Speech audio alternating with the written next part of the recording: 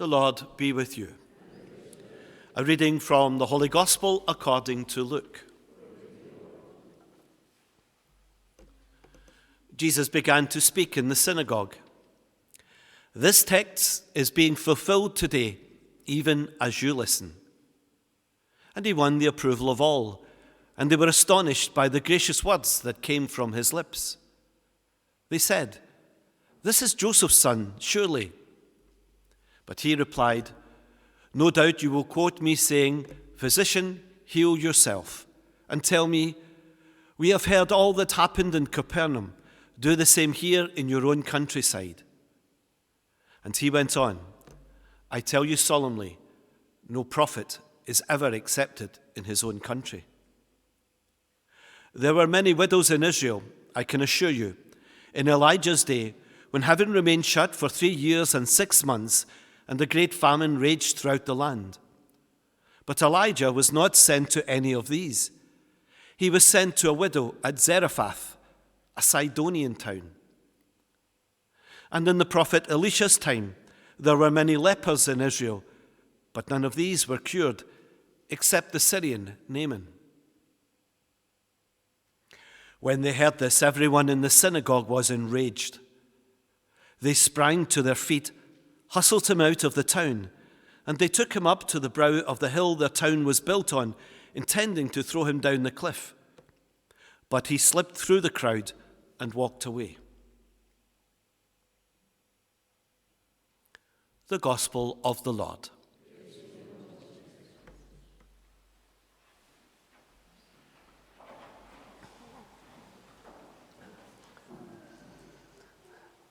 You know, sometimes in the course of time, we come across words that we had never heard of before.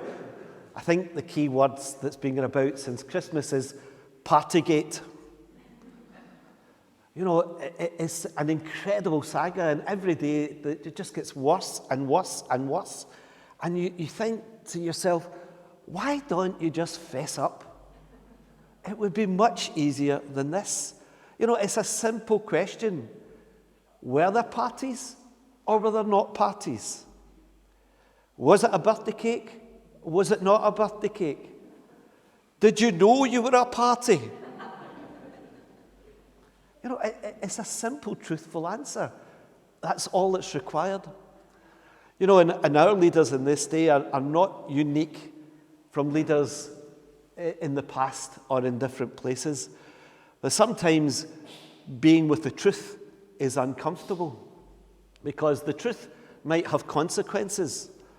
It might have the consequence that you lose your job, or perhaps more seriously, it might have the consequence that you lose authority. You know, standing up for the truth can be really, really difficult to do. And we're like that ourselves too. Let's be honest.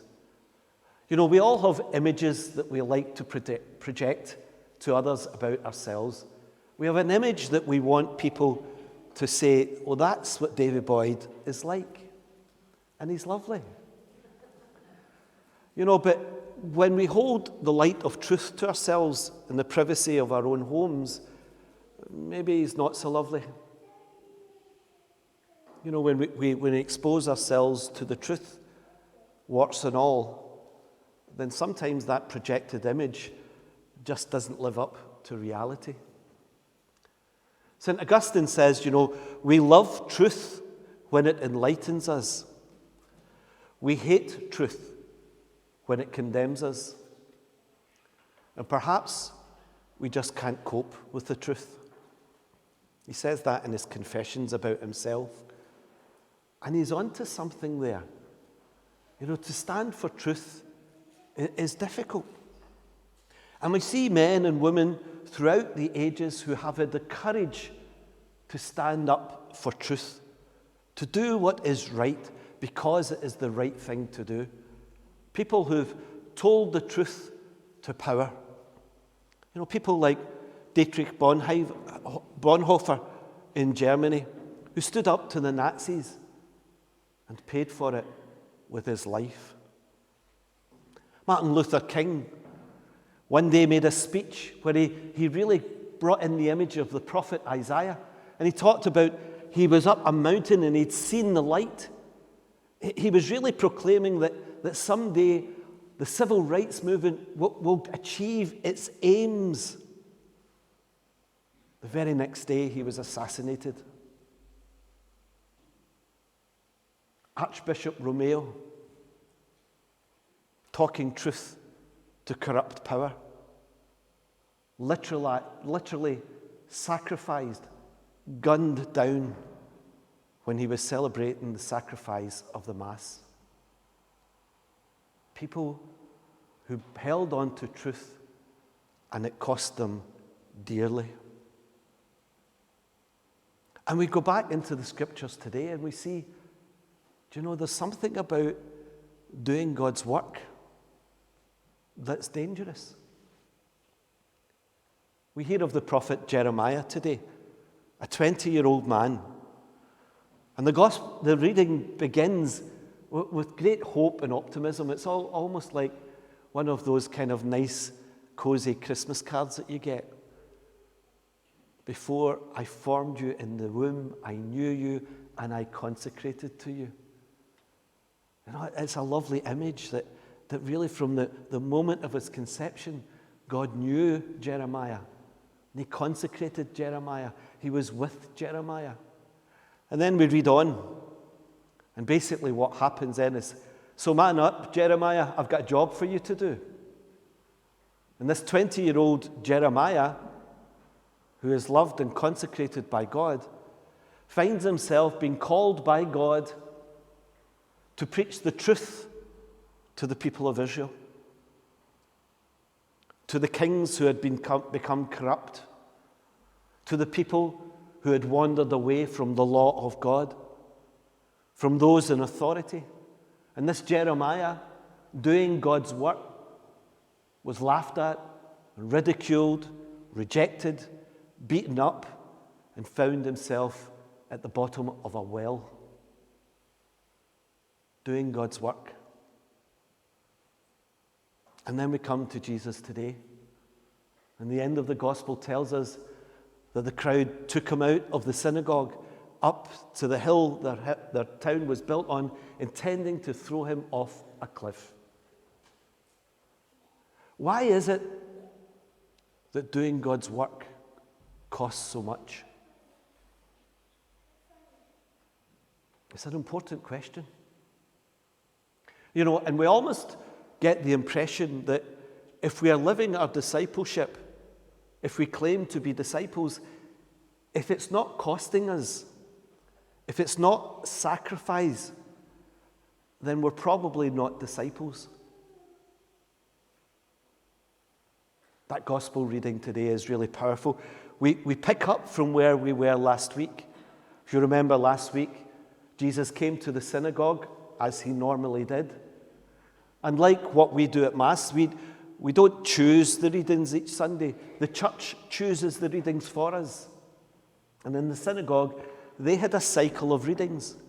And Jesus just happened to be in that synagogue at the time when the cycle of reading was the prophet Isaiah, talking about the one who will come and liberate the poor, give sight to the blind, set captives free. You know, the listeners in the synagogue would have understood right away what that passage is all about. It's about the Messiah. That God's Messiah will come and do these things.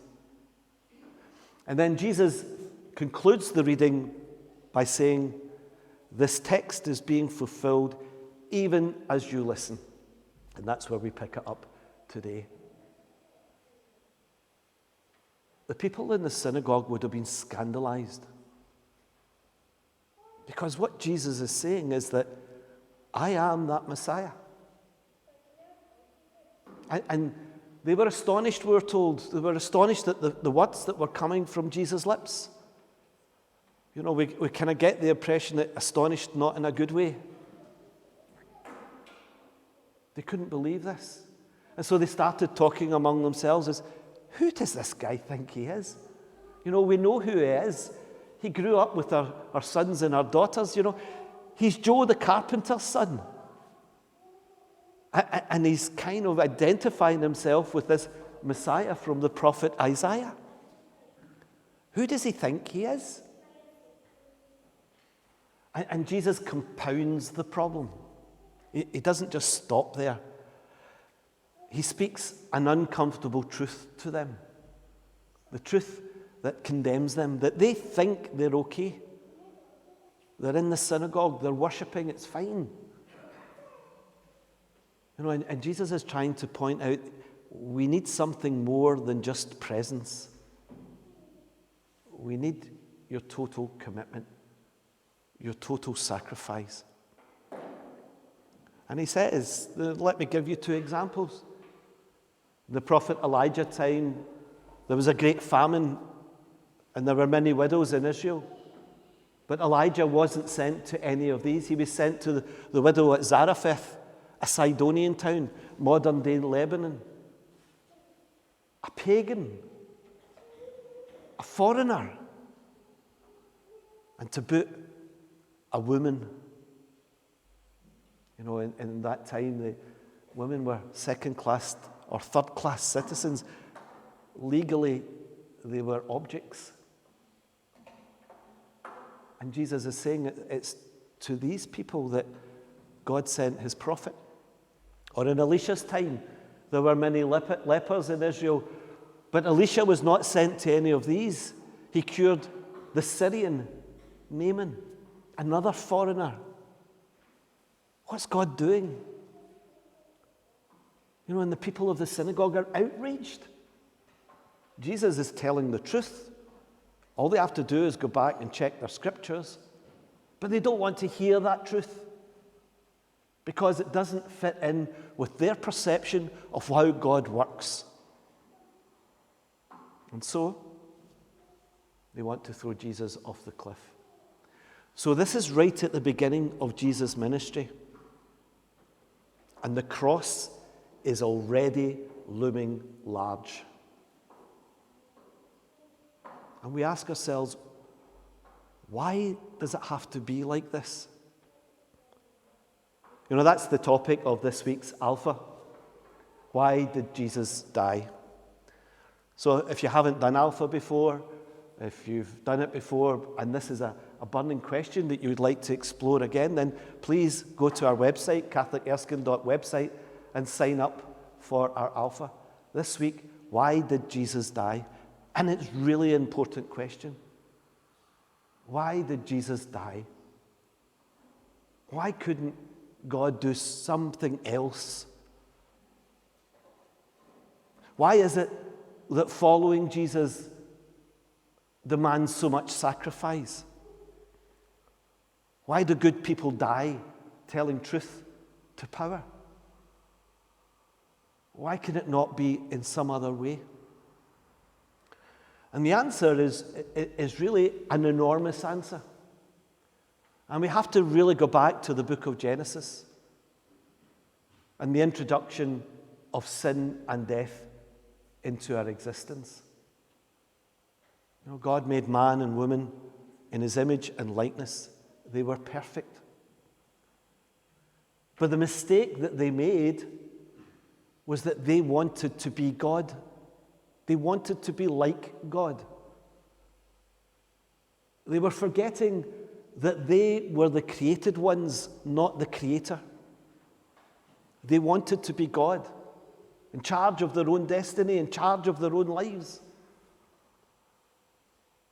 And that really is a stain in humanity. Think about it. We're not much different ourselves. I'm a bit of a control freak. I want to be in charge of my life. I want to know what's going to happen this next week. I want to direct my life. And yet God is saying, no, I direct your life. Your life is not yours. Your life is a gift from me. But we want to say, no, it's ours. And that's where sin happens. And what sin does is distort our relationship with God. There is a rupture. And that rupture has an effect on all of creation. That all of creation is now out of sync with the love of God because the created ones think that they are the creator. And so there's great violence in that. The ultimate consequence of that rupture is death. And so for God to heal that rupture, he has to get in among it. He has to get in the muck of sin in order to pull us out of it. And so God's plan from the beginning was constantly a plan of how do I bring these people back to their original dignity? And so he uses prophets like Jeremiah to say, come back to me. You know, I'm waiting for you. I want you. I long for you. I love you. Come back. But the headstrong people, we'll go our own way. We'll reject what the prophet says. And so what does God ultimately do? He allows his only Son, the Word of God that created us in the first place, to become a human being, to share in our brokenness, in our pain, and in our hurt, and in that rupture. And that Son of God comes and he's wanting to heal the violence of sin, not by violence, but by bringing truth. And so Jesus comes to us sacrificing himself, showing us the way back to the Father. But the way of Jesus is the way of non-violent, self-sacrificing love, the kind of love that St. Paul is talking about in our second reading today. And so to be a follower of Jesus implies that we need to live our lives in self-sacrificing love, in obedience to the Father. It's no accident that we come here today to celebrate the sacrifice of the Mass. And what we are celebrating today, what we are doing is we are literally at the foot of the cross today. That the graces and the benefits and the fruits of Jesus' sacrifice on the cross are being given to us today to renew us and to heal us, to bring us back to that dignity of his sons and daughters. But the cross and the sacrifice also reminds us that we are called to be a sacrificial people. And so today, you come bringing all your sacrifices to the altar. All the things that you sacrifice in your life day in and day out, and you unite them with the sacrifice of Christ on the altar. And as a people, even our gathering is a sacrifice. We have sacrificed our time to be here because we acknowledge that our time is not ours, it's God's gift to us. We sacrifice our own wants and desires to be united in our worship and in our praise. Sacrifice is the hallmark of discipleship. And that means, brothers and sisters, that to be a disciple of Christ is going to cost you. But we have the confidence of Jeremiah that before we were formed in the womb, he knew us and he consecrated us, and that we have nothing to be afraid of. Because what is the reality is this, that sin and death and the great deceiver before the power of God are nothing. That the ultimate victory will be God's.